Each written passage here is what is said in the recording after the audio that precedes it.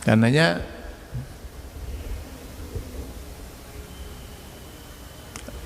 dalam rukun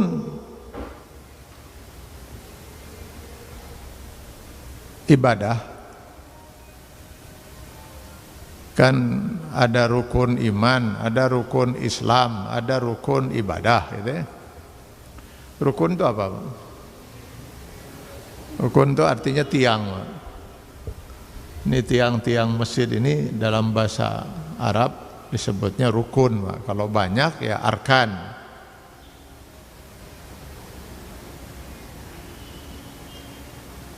Sesuatu yang mutlak harus ditegakkan kalau kita ingin membangun sebuah bangunan.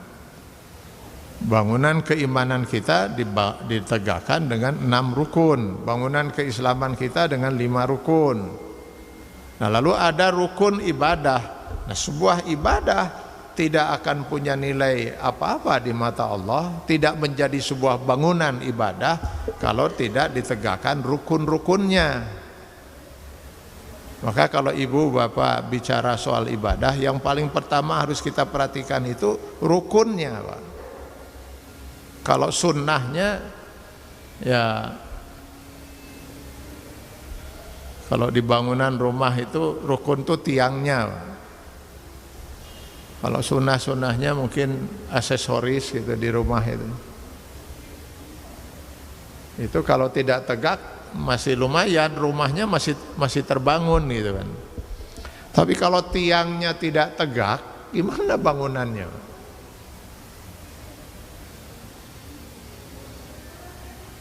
Saya ambil contoh begini. Rukun haji yang disepakati oleh semua ulama adalah wukuf di Arafah pada tanggal 9 Zulhijjah.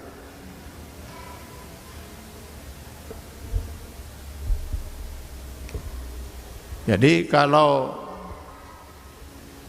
seseorang berhaji lalu dia tidak sempat wukuf tanggal 9 Zulhijjah di antara zuhur sampai dengan maghrib, menjelang maghrib, di antara itu dia nggak sempat wukuf di Arafah, haji dia tidak sah walaupun dia melakukan kegiatan yang lain, mabit di Mina, tawaf ifadah, apa semua dia lakukan, umrahnya lakukan, tidak sah, dia harus haji lagi, belum melaksanakan rukun Islam yang kelima. Karena itu nanti kalau bapak-bapak dan ibu-ibu bagi yang sudah ya, yang belum mudah-mudahan Allah takdirkan,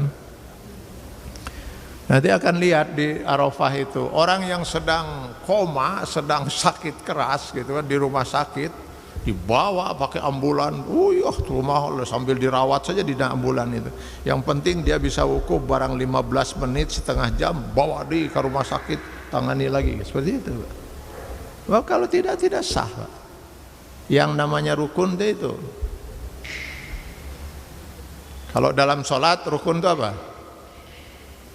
Samping niat kemudian berdiri, itu rukun.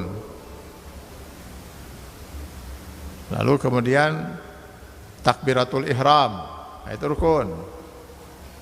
Lalu al-fatihah kata Imam Syafi'i rukun, kata Imam Hanafi wajib. Lalu yang rukun lagi apa? Ruku, posisi ruku sampai betul-betul ruku gitu kan. Lalu i'tidal, bangkit dari ruku.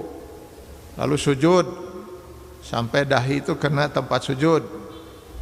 Itu yang disepakati lagi oleh para ulama. Imam Syafi'i menyebut 7 anggota, itu pendapat beliau gitu. Tapi yang disepakati rukun adalah dahi yang kena. Lalu duduk di antara 2 sujud. Tahiyat akhir. Tahiyat awal bukan rukun, sunnah itu. Tahiyat akhir dengan membaca tahiyatnya yang katanya sampai, yang rukun itu sampai syahadat, ada yang berpendapat sampai sholawat. Allahumma shalli ala Muhammad, itu yang rukun. Lalu mengucapkan salam ke kanan dan ke kiri menurut 3 mazhab.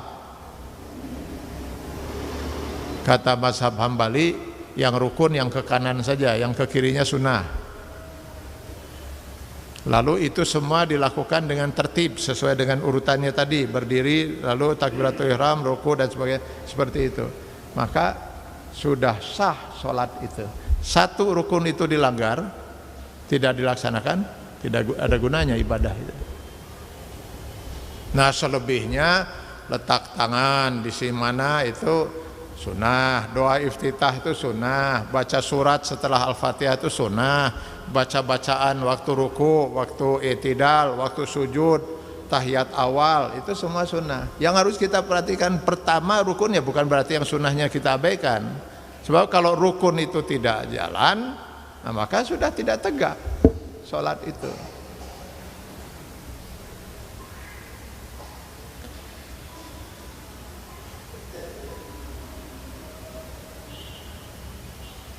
Itu yang saya sering kali katakan, bahwa kita malah jadi ribut bukan di rukunnya, mempersoalkan rukunnya, di urusan yang sunnahnya. Yang sunnahnya sendiri masih di ruang istihad, rame di situ.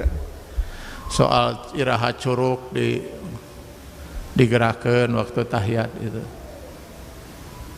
Itu semua mazhab 4 menyatakan menggerakkan telunjuk waktu tahiyat itu hukumnya sunnah. Dan semua tokoh mazhab yang 4 ternyata berbeda-beda. Tidak ada yang sama itu. Curug nanti. Dan kenapa juga kita harus meributkan yang begitu? Padahal yang tidak punya curug saja bisa sholat.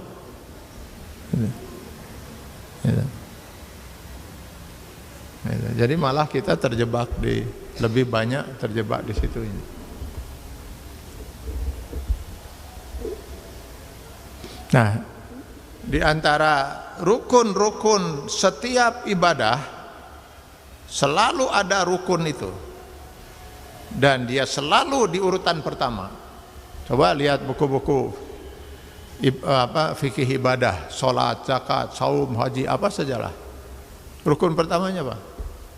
Niat.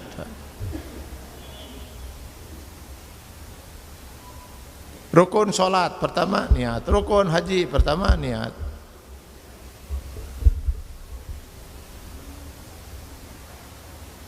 Kenapa? Karena Rasulullah SAW mengatakan innamal amalu binniat, segala amal perbuatan manusia itu nanti bernilai atau tidak di sisi Allah tergantung kepada niat. Nah, yang menentukan niat itu siapa? Keimanan, Pak.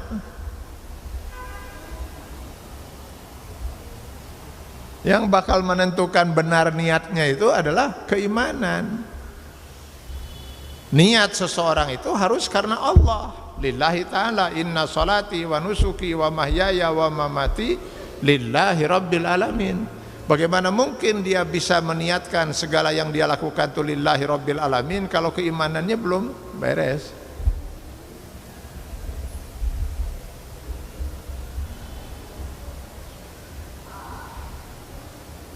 Jadi kalau ada orang niatnya sudah tidak murni lillahi ta'ala, lillahi rabbil alamin, nah itu berarti orang itu belum beres keimanannya. Karena keimanan, standar keimanan yang paling mendasar, seseorang itu harus bisa mencintai Allah dan Rasulnya di atas cinta dia kepada dunia dan segala isinya. Nah, kalau masih hayang pupujian keneh, jadi berarti ada masalah dalam keimanannya. Walaupun ini tidak sampai pada tingkat menggugurkan keimanan, ya, tetapi mengancam mabrur dan tidaknya sebuah ibadah. Karena nanti salah satu yang menyebabkan sholat itu tetap membuat orang itu masuk neraka wel adalah allazina hum yura'un. Niat ibadah itu harus lillahi ta'ala. Dalam bahasa Al-Bayyinah ayat 5, mukhlisina lahuddin, harus dilakukan dengan ikhlas, lillahi ta'ala.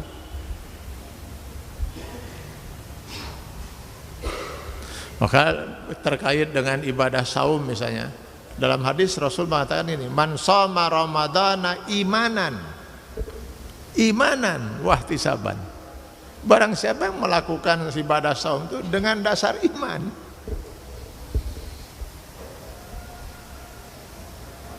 bukan karena niat yang lain.